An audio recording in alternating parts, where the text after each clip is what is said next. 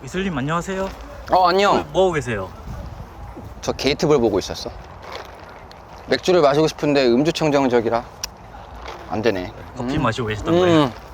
이거라도 먹어야지 뭐. 이슬님 요즘 돈을 좀 많이 버셨다고 들었어요. 이번에 2025년이 절반도 안 지났는데 벌써 4억 돌파하셨다고. 총 11억? 12억. 12억이요. 12억. 그새 1억이 올랐나요? 이슬님이 생각하시는 이 달성의 가장 중요한 포인트는 뭐라고 생각하세요? 수익 달성 포인트. 그러니까 이번 연도에 이제 잘된 포인트. 사실 이게 12억은 22년 7월부터 3,900만 원부터 해서 이제 12억을 벌게 된 거고. 그러면 그 3년 사이에는 이제 변동성이 좀 우리가 있었고. 25년도 이제 아무래도 작년에 여러 가지의 이제 정치적 이벤트라든지 뭐 아니면은 전혀 생각하지 못했던 엔캐리 트레이딩 뭐 이런 거라든지 그런 식으로 많은 위아래의 변동성이 있었기 때문에 이 변동성들을 좀 이용하는 게 큰 수익의 원인이었던 걸로 생각이 들고, 다만 이제 이 수익을 갈 때 어떤 달은 좀 보수적이게 해야 되고 어떤 달은 좀 공격적이게 가야 되고 이러한 것들에 대한 판단이 다행히도 어느 정도 괜찮지 않았나. 그래서 이런 하락에서의 상승 변동성이 수익의 가장 큰 이유가 됐던 것 같아요. 그러면 그렇게 많은 수익을 올리셨는데 수익이 난 금액을 그대로 계좌에 두고 운영하시는지, 아니면 뭐 일정 수준 수익이 쌓이면 그 수익금을 좀 빼서 따로 파신다든지 어떤 방식으로 혹시 대응하고 계신가요? 나 같은 경우는 이제 가정이 있기 때문에 고정 뭐 생활비 지출이라든지, 그리고 뭐 일반적인 혼자 뭐 사는 사람들도 일반적인 고정 지출이 있을 거란 말이지. 그래서 그런 식의 지출은 이제 빼놓고, 그러다가 그냥 뭐 장이 평범하거나 상승할 때는 냅두는 편이고, 근데 이제 대신 장이 갑자기 뭐 하락을 한다든지 이번에 뭐 관세 뭐 이런 걸로 하락을 한다든지 이럴 때는 오히려 이제 돈을 거의 절반 이상을 예수금으로 빼놓는 형태로 좀 그런 식으로 가고 있어. 그러니까 장이 좋을 때는 언제 또 어떤 투자를 할지 모르기 때문에 비중을 확 늘려야 될 때도 있는 거고, 그럴 때는 예수금을 넣어놓고, 만약에 장이 안 좋을 때는 내 자신이 좀 시장을 이기지 못할 것이라는 생각을 기본적으로 하기 때문에, 그래서 그럴 땐 좀 돈을 빼놓고 이런 식으로 많이 좀 유연하게 하고, 그리고 이 생활비적인 측면에서도 이거는 고정적으로 인출이 되는 거기 때문에 이게 어쩌면 자연스럽게 리스크 관리가 되는 또 하나의 원인이 되지 않나. 그래서 그런 식으로 운용을 좀 하고 있는 것 같아. 코인이 좋을 땐 또 코인을 위해서 또 이제 빼놓기도 하고, 요즘은 주식뿐만이 아니라 여러 가지 또 투자를 할 때들이 있어서 또 그거에 맞게 인출 그리고 뭐 입금 뭐 이렇게 하다 보니까 자연스럽게 되는 거라고 생각이 들어. 근데 가장 포인트는 장이 안 좋을 때, 그럴 때는 무조건 좀 많이 빼놓는 게 중요하다. 그럼 12억을 만드는 과정에서 분명 슬럼프나 매매가 잘 안 풀리는 시기가 있었을 텐데, 이런 어려운 상황에서 어떻게 문제를 해결하셨는지. 예, 슬럼프는 아무래도 뭐 주식을 하는 사람들은 슬럼프가 올 수밖에 없고, 그리고 슬럼프가 아닌데도 불구하고 매매가 또 잘 안 될 때도 있는 경우들이 있는데, 근데 이게 솔직히 뭐 나도 그렇고 많은 유튜브들도 그렇고 어떤 방법을 사용해서 어떻게 슬럼프를 막 극복해라 뭐 이러한 얘기들이 되게 많이 좀 있는데, 솔직히 사람마다 다 이런 슬럼프 다르고 다 사람마다 지금 갖추고 있는 그런 상황들도 다르고, 그래서 이럴 때는 그냥 힘든 거는 피할 수가 없고, 다만 이제 그 힘든 거를 피할 때 내가 내 자신이 슬럼프를 걸리면 나보다 나를 지켜보는, 예를 들어서 뭐 내 와이프라든지 혹은 뭐 내 자신의 부모님이라든지 이런 식으로 내 주변에서 보는 사람들이 이제 내 자신의 반응들로 인해서 많이 좀 힘들어지는 경우들이 많을 거란 말이죠. 왜냐면 감정의 기복도 생길 거고. 그래서 그 사람들이 힘든 거가 어느 순간 인지가 되는 경우가 있어. 슬럼프가 되면은 그때부터가 이제 좀 극복을 할 수 있을 것 같고, 그 사람들을 보면서, 그러니까 상대가 고통을 받는 거를 보는 게 이제 가장 좀 힘든 일이니까 그럴 때 좀 슬럼프 극복이 가능할 것 같고, 냉정하게 그 전에 슬럼프 극복은 쉽지 않다고 생각이 들어. 그래서 오히려 슬럼프를 다만 초반에 알 수 있는 방법은, 내가 뇌동매매가 많이 생기면은 슬럼프라는 걸 알 수 있단 말이지. 그럴 때는 그냥 내 자신이 갖고 있는 주식의 돈의 절반을 그냥 빼버리는 거지. 그러면은 추후에 슬럼프를 극복할 수 있는 그 단계가 아까 말한 것처럼 내 주변 사람들이 고통을 받는 게 보일 때가 있거든. 그럴 때 이제 다른 방법들을 생각해서 극복을 해야 돼. 사실 솔직히 나는 좀 이게 제일 현실적인 방법이라고 생각을 하는 게, 희망을 주면서 막 어떻게 하면 극복을 하세요 뭘 하세요는 거의 그런 사람은 거의 못 받고, 그래서 뇌동매매가 많이 나올 때 좀 예수금을 빼고 좀 시간이 지나서 내 심리가 극복을 하려면 주변 사람들이 고통을 하는 거 좀 지켜보다가 깨우쳐라 뭐 이거 말고는 없는 것 같네. 특별한 해결법은? 경험을 좀 쌓으면서 경험을 쌓아야지. 경험을 쌓고 그 경험이 결국은 내 자신이 많이 힘들 때 그거를 겪어봐야 돼. 그래야지 슬럼프를 극복할 수 있다고 봐.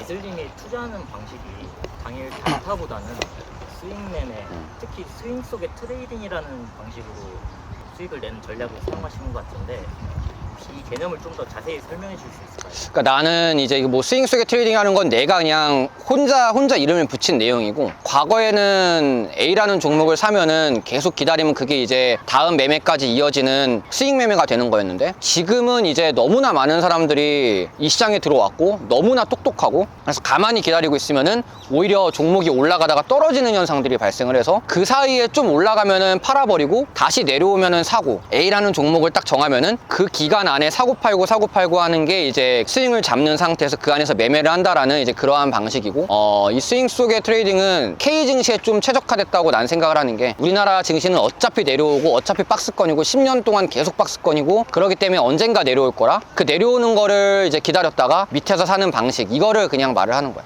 이번에 상법 개정으로 우상향한다는 말도 많잖아요. 그렇지. 그거에 대해서 어떻게 생각해요? 상법 개정? 상법 개정은 그것도 테마라고 봐. 그러니까 물론 뭐 새로운 정부가 뭐 이것저것 잘해서 올라가면 좋은데, 문제는 우리나라 자체 경제 성장률이 지금 0. 몇 %까지 내려간다라는 말이 있는데, 거기서 주식만 올라간다라는 거는 앞뒤가 맞지 않는 거고, 그리고 우리나라 자체가 미국이 아니기 때문에 1등 국가는 계속 무언가가 막 산업이 발전이 되면서 계속 올라갈 수 있는 그런 동력이 있다고 생각하는데, 우리나라는 뭐 흔히 말하는 뭐 3등, 4등주에 가까운 그런 나라라 이런 게 나쁘다는 게 아니라, 3등, 4등주는 보통 1등이 달려가야 이제 같이 올라가는 현상이기 때문에, 우리나라 역시 미국이든 중국이든 우리나라보다 위에 있는 나라가 더 성장을 하고 더 올라가야 우리나라 증시도 같이 올라가는 거기 때문에, 그래서 이 상법 개정으로 5천을 간다는 거는 솔직히 쉽지 않다라고 보고, 그거를 생각해서 매매를 한다는 거는 너무 먼 미래를 아무 생각 없이 그냥 정부에 맡긴다라고 되는 거기 때문에, 그거보다는 그냥 어느 정도 오르면은 다시 박스권으로 내려온다 이렇게 생각하는 게 지금 우리나라 현실에 맞는다고 생각하지.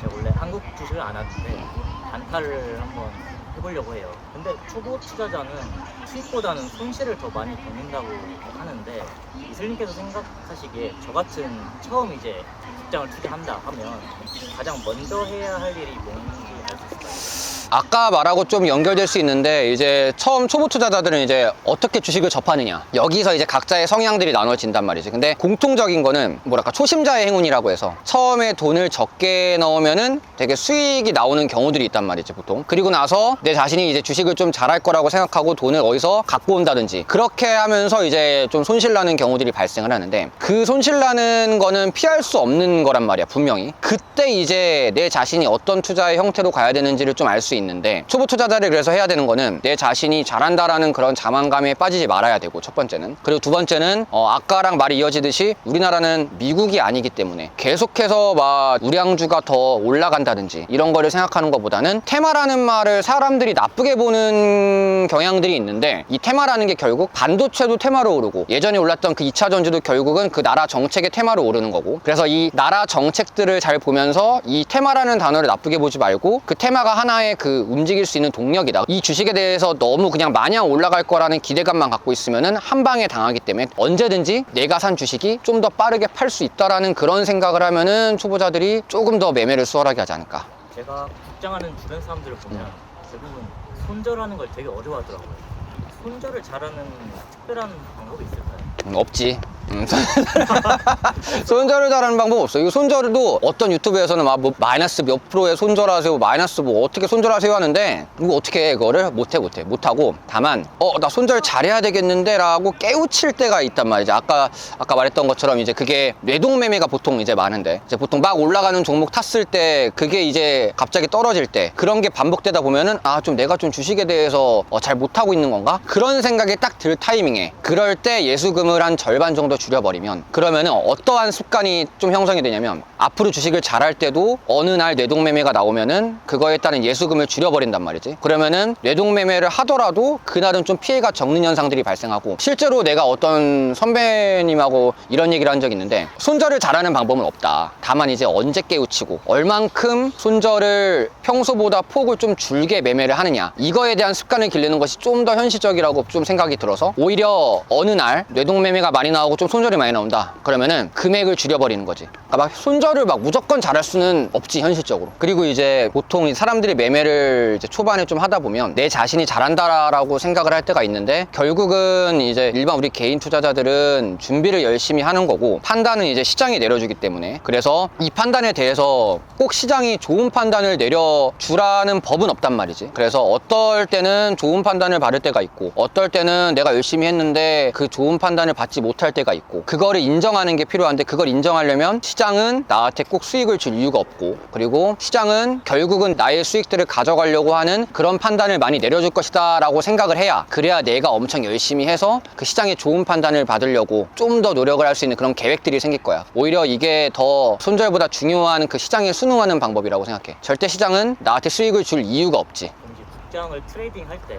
보통 여러 가지 필요한 조건들이 있잖아요. 뭐 이거는 차트를 보면서 트레이딩하는 사람도 있고, 시황 이런 걸 보면서 트레이딩하는 사람도 있고, 이슬님이 생각하시기에 특히 초보자들은 어떤 방향으로 공부를 하는 게 좋을까요?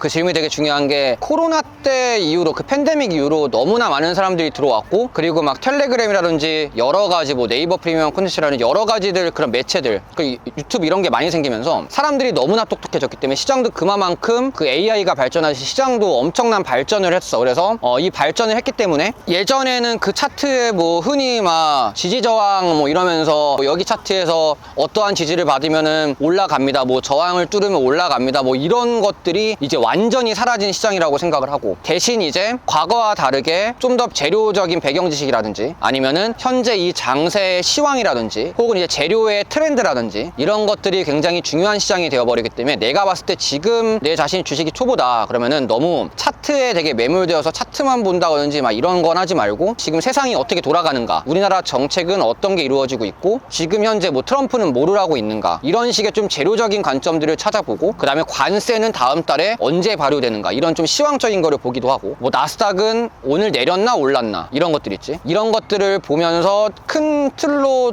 이런 재료적인 그리고 이런 시황적인 거를 잡아간 다음에, 차트는 물론 중요하긴 한데, 차트는 근데 다만 과거처럼 막 수학적이게 막 어디서 막 밑에서 어느 구간에서 사고 막 이런 식으로까지 할 필요 없이 그냥 약간 좀 거드는 느낌, 뭐 이 정도면 저점인 것 같다, 그럼 나는 이 구간에서 한번 매수를 해봐야지. 거기서 밀리면 손절하고, 거기서 올라가면은 그대로 좀 익절하고, 이렇게 하면은 질문이 또 들어오지. 그래서 어디서 사라는 말입니까? 그러니까 그게 우리나라가 지금까지, 나도 그렇고 뭔가 그 수학 공식처럼 주식을 해왔기 때문에 그래서 받는 질문들 중 하나인데, 절대 공식이라는 것만 지우고 매일매일 주식은 달라지고 매일매일 이건 생물이라서 완전 달라진다라는 걸 인지를 하면은 얼마에 어떻게 사야 돼요? 라는 질문이 앞뒤가 안 맞게 된단 말이지. 그래서 주식은 공식이 아니고 오히려 좀 시황과 재료 이런 것들, 현재 살아가는 우리 삶 속에서 어떻게 세상이 흘러가는지를, 그거를 공부하는 게 주식에서 좀 더 많이 좋을 것이다, 이렇게 내가 정리해 볼 수 있을 것 같아. 이게 제일 중요해. 그렇게 하면 약간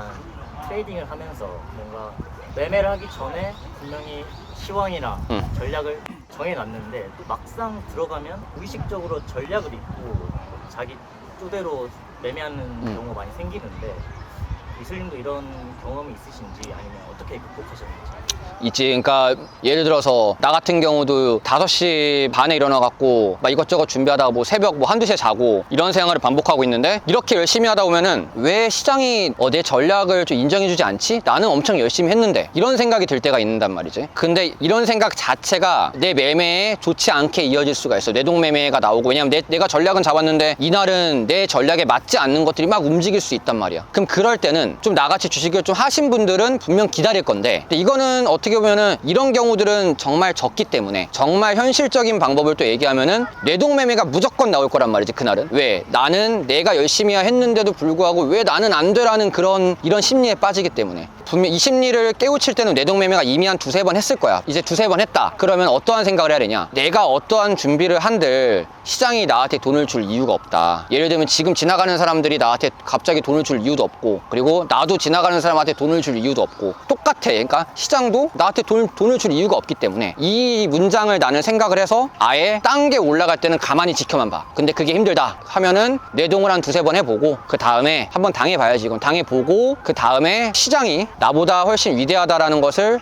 깨우치는 게 그게 가장 결국 이것도 현실적인 것 같아. 내가 최근 들어서 좀 자주 하는 말이 매매가 엄청 잘 될 때 나를 좀 과대평가하지 말고, 그리고 매매가 잘 안 될 때는 나를 과소평가하지 말고, 이거를 좀 반대로 오히려 사람들은 매매가 잘 될 때 나를 과대평가하면서 막 더 막 해체하고 막 이렇게 간단 말이야. 오히려 되게 엄청 매매가 안 될 때 막 사람들이 과소평가를 해. 막 나는 왜 안 되지? 나는 되게 뭔가 주식으로서 뭐 잘 안 되는 것 같아 이렇게 하는데, 오히려 그럴 때는 좀 자신감을 갖고 이제 돈을 좀 줄여가면서 그러면서 매매에 참여를 좀 해보는 형식으로 가고, 그리고 오히려 잘 될 때 또 돈을 한번 빼보고, 그러면은 시장이 또 그 다음날은 내가 잡은 전략에 대해서 움직여주지 않고 또 다른 게 움직인단 말이야. 그럼 이게 되게 엇박자가 안 나고 맞는 지점들이 생겨. 이슬님이 평소에 말씀하셨던 비중이 커질수록 오히려 위기감을 느껴야 한다는 이야기가 매우 인상적이었는데, 비중을 높이면 자신감도 생기지만 동시에 리스크가 커져가지고 전략이 잘못되었을 때 손실 규모도 커질 수 있잖아요.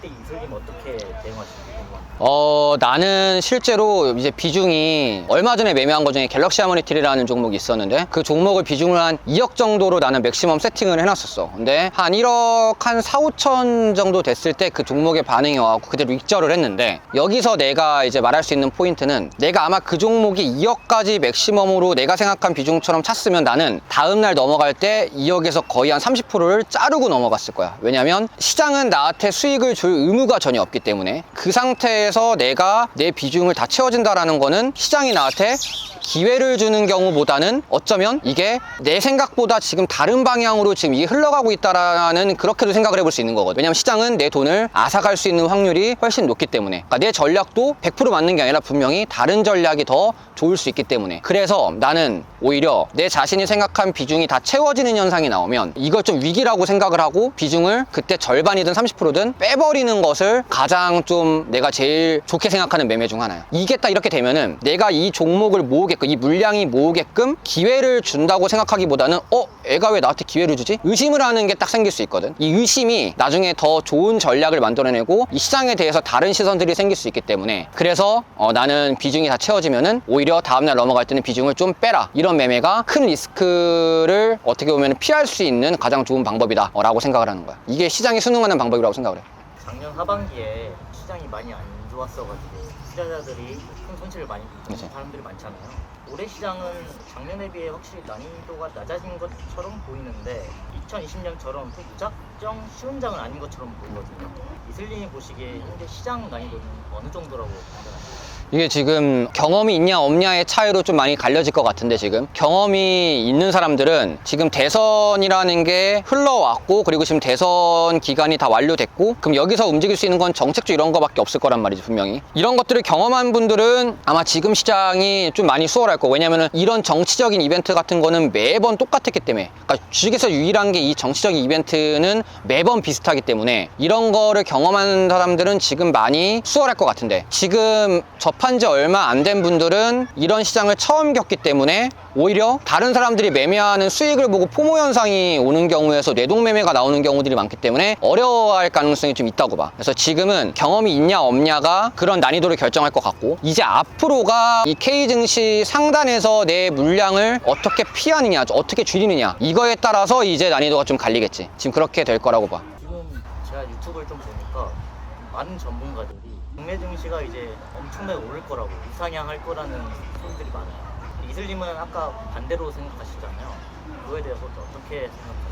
나는 사실 여기서 증시가 떨어진다라기보다는 증시의 그 상단이 분명히 존재할 거라고 생각하고, 그 상단이 왔을 때 이제 물량을 줄여야 된다라고 말을 하는 사람이란 말이지. 근데 되게 나도 좀 최근 들어 타 유튜브들을 보니까 좀 전문가들이 뭐 증시 진짜 5천 갈 것처럼 말하고, 막 뭐 삼성전자 뭐 다시 막 고점 올라간다라는 막 이런 소리도 하고, 이런 경우들이 많은데, 우리가 이걸 잘 알아야 되는 게, 지금 증시가 지주사들이라든지 이번 증권주들이 오른 이유는 그들이 잘나서가 아니라 테마로서, 그러니까 뭐 지금의 대통령이 그 전부터 후보 시절에 증시 5천을 간다라는 그러한 상법 개정 이런 얘기를 했기 때문에 그게 테마가 된 걸 뿐이란 말이지. 근데 이 테마라는 거, 이상하게 우리나라의 일부 전문가들은 이 테마라는 걸 인정한다기보다는 본인들이 계속 지주사를 사야 됩니다, 증권사를 사야 됩니다, 금융주가 저평가입니다, 이런 거를 계속 말해왔고, 이게 반토막 난 게 지금 오르고 있으니까 마치 이게 그전에 저평가였고 뭐 PER은 얼마고 ROE는 얼마고 막 이런 식으로 말을 하면서 그걸 껴맞추기로 하고 있는데, 결국 우리가 우리가 여기서 주목해야 되는 거는 껴맞추기라는 거지. 그래서 나는 오히려 이런 상법 개정 자체가 그래서 테마로 움직였다라고 보고, 테마로 움직인 거는 결국 다시 제자리로 되돌아올 확률이 높기 때문에, 그래서 증시가 지금의 정부 말처럼 5천을 간다? 라기보다는 그냥 이 K증시 박스권의 상단이 어디에서 맞고 떨어질 것이냐, 이거를 좀 더 생각하는 게 좋을 것 같아. 그러니까 막 숫자에 되게 뭔가 집착하지 말고 어디서 맞고 떨어질 것인가, 이런 시선으로 나는 보고 있는 것 같아. 이재명 후보가 대통령에 당선이 되었잖아요. 이제 이슬님이 보시기에 이 국내 증시가 앞으로 어떤 흐름을 볼지 간략하게 말씀해 주실 수 있을까요? 일단 첫 번째로 주식은 어디까지 갈까를 예측을 하면 안 되는데, 다만 이제 올라가고 내려가고 횡보한다는 그런 전략은 다, 전체적인 전략은 잡아야 된다고 생각을 해. 왜냐면 그래야지 시장한테 순응을 해야 되기 때문에 시장이 보여주는 거를 그때그때 카드를 꺼내야 된단 말이지. 그런 거를 생각했을 때 나는 지금 예측한다기보다는 지금 정부가 이제 앞으로 어떠한 흐름을 보여줄 거고 어떠한 얘기를 할 것인지, 그래서 증시는 어떠한 식으로 우리가 전략을 잡으면 좋을지, 그런 얘기를 이제 하도록 할게. 그러면은 일단 5천은 바라보지 않는 게 좋을 것 같고, 그리고 다만 이 박스권, 이 코스피든 코스닥이든 어디서 이 박스권의 상단과 하단이 정해질 것인지를 먼저 확인을 해보는 게, 이제 지수 추종하는 사람들은 그걸 보는 게 좋을 것 같고, 근데 나처럼 지금 시황과 재료에 따라서 지금 정부가 어떠한 산업과 섹터를 밀고 있는지, 그거에 따라서 그 기대감으로 어떠한 매매를 할 것인지를 보는 사람들은 지금 정부가 말하고 있는 전 정권이 하지 않는, 그러니까 전 정권이 하지 않았던 뭐 신재생이라든지 아니면 뭐 지역화폐라든지 이런 식으로 전 정부가 하지 않은 무언가의 정책을 내세우는 그런 산업의 기대감들을 보는 것이 좀 더 합리적인 매매가 될 것이라고 생각이 들어요. 왜냐면 이런 쪽을 매매하게 되면 좋은 점이, 증시가 이 박스권이 형성될 때 상단 맞고 떨어지더라도 찬스들이 생긴단 말이지. 왜냐면은 이런 정책 산업들 같은 경우 모멘텀이라는 게 계속 생기기 때문에, 그래서 떨어졌을 때 밑에서 잡을 수 있는 그런 근거가 생기는 거고, 다만 지금 엄청 오르는 뭐 상법 개정에 따른 그런 지주사들, 이런 애들이 끝까지 올라가진 않을 거란 말이야. 그럼 그런 애들은 상단 맞고 떨어지면은 급락이 나올 가능성이 상당히 크기 때문에, 그래서 오히려 지금 덜 오른 지금 정부가 산업적으로 밀 가능성이 있는 그런 정책들을 우선적으로 보는 게 좋고, 그리고 지금 뭐 전 세계적으로 원전 뭐 이런 얘기들 하고 있는데, 원전 되게 중요하지. 그리고 우리나라도 원전 되게 중요한데, 이 원전에서도 누가 지금 체코에 가서 사인을 할지 이런 얘기가 지금 안 나오고 있단 말이야. 근데 그 이유는 뭐냐면은 지금 정부는 원전보다 신재생을 밀고 있기 때문에, 그리고 기후에너지부라는 부서가 신설이 되어야, 그래야지 산업부가 거기 같이 갈지 아니면 기후에너지부가 같이 갈지 아직 이것도 정해지지 않은 상태이기 때문에, 그러니까 이런 식으로 지금 정부가 어떻게 일들을 헤쳐나갈 것인가에 대한 이런 배경식을 좀 쌓는다면, 그러면은 전 정부와 다른 무언가들이 보일 거고, 그게 아마 좋은 매매로 이어질 수 있는 그런 전략이 될 것이라고 말해서, 증시가 올라가는 거에 따라 투자한다기보다는 증시가 상단에서 맞고 떨어질 때 나는 어떤 거를 살 것인가, 이게 지금은 가장 현실적인 전략이지 않을까, 이러한 생각을 하게 돼. 어떤 걸 살지 잘 판단하는 방법이 있을까요? 여러 가지 팁이 있는데, 그 중에 한 가지는 과거에 이 산업이 어땠는지, 이 산업 안에 종목들이 과거에 어땠는지, 그거를 보면은 좀 답의 시작점이 될 수가 있어. 이 전략 구성, 나 같은 전업 투자자들은 본인이 하는 게 좋은 것 같고, 그러면서 실력을 늘리는 게 좋은 것 같은데, 만약에 나도 예전에 직장인이었지만 시간이 없는 직장인이라든지 아니면은 공부를 좀 어떻게 시작할지 모르겠다라고 하는 분들은, 나는 이스투자인사이트라고 네이버 프리미엄 콘텐츠에서 하고 있으니까 그것을 보면서 공부하는 방법을 익혀도 좋고, 근데 리딩방은 아니기 때문에, 리딩을 한다거나 나는 그런 걸 굉장히 극혐하기 때문에, 그런 거를 원하는 사람들은 다른 거를 보는 게 훨씬 더 좋을 것 같고, 공부를 어떻게 하는지, 이 시장에서 어떻게 살아남은지를, 그런 걸 공부하고 싶다면 내 인사이트 쪽을 보는 것도 나는 괜찮다고 봐. 시간을 절약하는 방법이지. 목표 수익 얼마인가요? 목표 수익? 야, 지금만 유지했으면 좋겠다. 지금만. 야, 지금 지키는 게, 왜냐면 작년에 엔캐리 트레이딩 나오면서 내가 마이너스 9,300이 나왔단 말이야. 그리고 그게 한 번에 급락하는 거 오히려 자르면 되는데, 이게 계단식으로 급락하면 이건 답이 없단 말이지. 그런 것들이 하반기에 과연 안 나올까? 난 나올 수 있다라고 보기 때문에, 나는 지금 수익이 어떻게 유지를 시키는지, 이게 수익을 원래 지키는 게 가장 힘든 거라, 이 지금 수익을 지키는 게 가장 첫 번째고, 여기서 정말 시장이 내 전략을 좋게 판단을 해준다면 뭐 지금의 한 1.5배 정도는 일단 목표로 잡고 있긴 해.